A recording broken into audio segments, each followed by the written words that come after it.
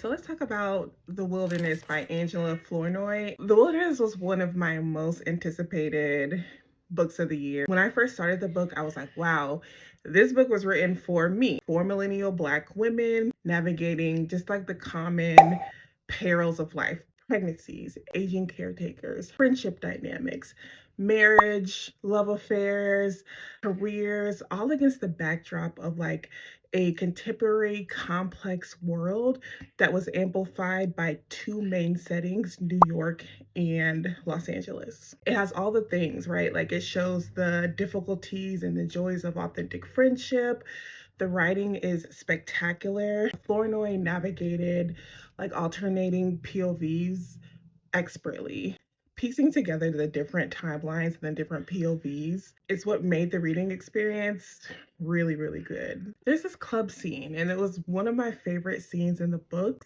It really demonstrated like the pinnacle of millennial friendship, being at a club together, meeting men, dancing. She even references a few songs from that time era that just made it really nostalgic for me personally. It was just such a vivid scene, and it was a entertaining way to get to know the women, and it was one of the very few scenes that all of the women were together at once. She just did such a good job of writing characters that you could touch, like you really just felt like you could reach out and touch them. There was also a scene where one of the friends, her name was January, has her two kids who are under the age of 2, and she's struggling really bad with her postpartum experience. And the way that Flournoy really captures the essence of the difficulties of postpartum depression, the difficulties of managing having two kids under 2, and then dealing with a partner. I just thought that it was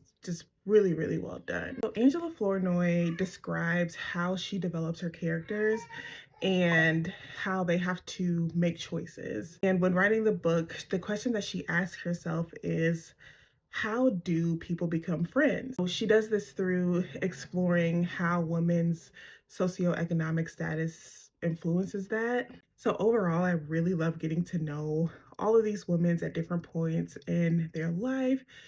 Then it got abruptly weird.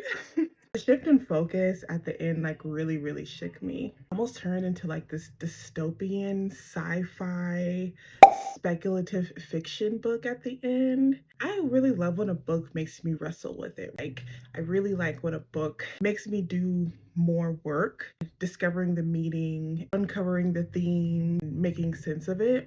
So it's not necessarily that this is bad feedback. I'm just genuinely curious why she chose to end the book that way. I think maybe I was expecting more of an ending like Waiting to Exhale, when not everybody necessarily has a perfect ending, but they all find comfort, joy in one another. I really felt that the last 20% of the book was just a jarring contrast to the first majority of the book. I really struggled with that. I think one of the things that Angela Flournoy was trying to convey at the end of the book is how Black women often are really the backbones of the communities in times of hardship. But the way that she did that was just, again, just really felt really different from the tone of the first majority of the novel, and so I just really struggled with that piece of it. Overall, I still really, really enjoyed the book. This was a great depiction of friendship. So yeah, I really enjoyed the book, but I would be really interested to know what your thoughts were, especially about the end, and if you struggled with that as well.